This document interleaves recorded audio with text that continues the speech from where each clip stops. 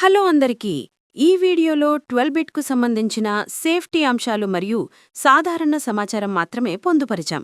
ఈ వీడియోలో నేను మీకు 12 బిట్లో ఎలా రిజిస్టర్ అవ్వాలి, అకౌంట్ ఎలా వెరిఫికేషన్ చేసుకోవాలి, మనీ ఎలా డిపాజిట్ చేసుకోవాలి, మనీ ఎలా విత్డ్రా చేసుకోవాలో చెప్తాను. ఈ వీడియో కింద కామెంట్ బాక్స్లో రిజిస్ట్రేషన్ లింక్ ఉంటుంది.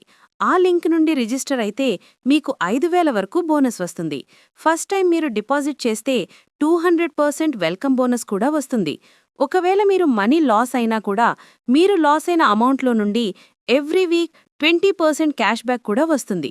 ఈ వీడియో కింద కామెంట్ బాక్స్లో ఉన్న లింక్ మీద క్లిక్ చేయగానే ఒక 10 సెకండ్స్ తర్వాత మీకు ఇలా ఒక రిజిస్ట్రేషన్ పేజ్ ఓపెన్ అవుతుంది.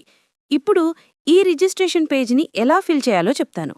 యూజర్ నేమ్ అనేది మీ పర్సనల్, మీకు బాగా గుర్తుండే యూజర్ నేమ్ మాత్రమే ఇవ్వండి. పాస్వర్డ్ కూడా కొంచెం కష్టంగా ఉంటుంది.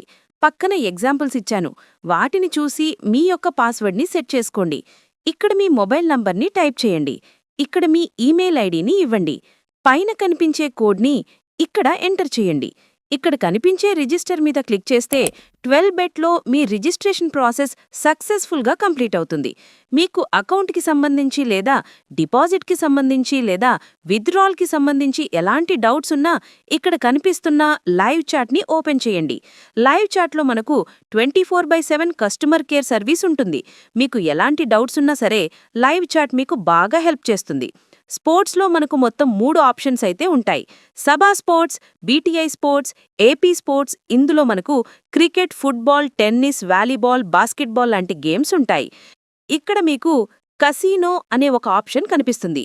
ఇందులో మనకు 2000+ లైవ్ కసీనో టేబుల్స్ అయితే ఉంటాయి. ఇప్పుడు మీకు డిపాజిట్ ఎలా చేయాలో చెప్తాను. ఇక్కడ కనిపిస్తున్న బ్యాంకింగ్ పైన క్లిక్ చేయగానే మీకు ఇలా 4 ఆప్షన్స్ అయితే కనిపిస్తాయి. ఇక్కడ కనిపిస్తున్న డిపాజిట్ మీద క్లిక్ చేయండి. ఇప్పుడు మనకు డిపాజిట్కి సంబంధించిన పేజ్ అయితే ఓపెన్ అవుతుంది. ఇక్కడ మీకు bank transfer, online banking, mobile e-wallet and crypto అన్ని 4 డిపాజిట్ ఆప్షన్స్ అయితే కనిపిస్తున్నాయి. అలాగే మీకిక్కడ PhonePe, UPI, Paytm and Google Pay అనే 4 పేమెంట్ మెథడ్స్ కూడా ఉన్నాయి. ఇప్పుడు మీకు యూపీఐ నుండి ఎలా డిపాజిట్ చేసుకోవాలో చెప్తాను. ఇక్కడ కనిపిస్తున్న మొబైల్ ఈ-వాలెట్ని సెలెక్ట్ చేసుకోండి. అలాగే ఇక్కడ కనిపిస్తున్న యూపీఐని సెలెక్ట్ చేసుకోండి.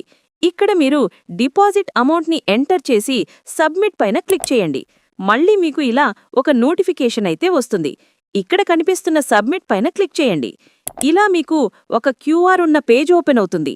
పేటీఎం, ఫోన్పే లేదా గూగుల్ పే నుండి ఇక్కడ కనిపిస్తున్న క్యూఆర్ కోడ్ని స్కాన్ చేసి మనీ ట్రాన్స్ఫర్ చేయండి.